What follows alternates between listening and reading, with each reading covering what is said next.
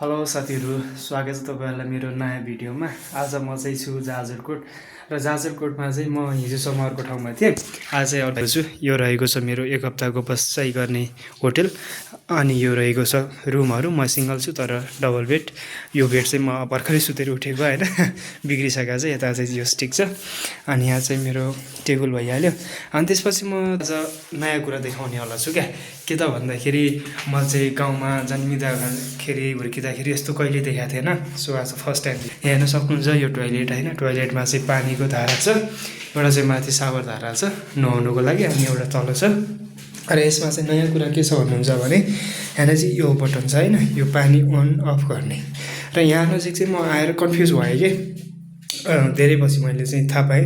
यता घुमाउँछु कतै पनि पानी अन हुँदैन होइन, न त माथि न त तलको।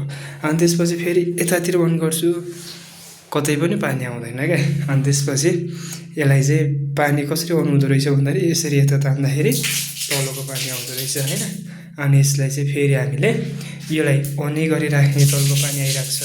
अनि यहाँ तलको सानो बटनलाई तानिदिने हो भने माथिको पानी आउँछ। हेर्नुहोस् यसरी कति सजिलो छ, तर अब देखेको मान्छेलाई चाहिँ गाह्रो रहेछ क्या।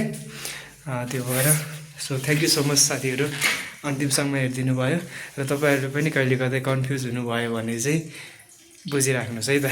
Thank you.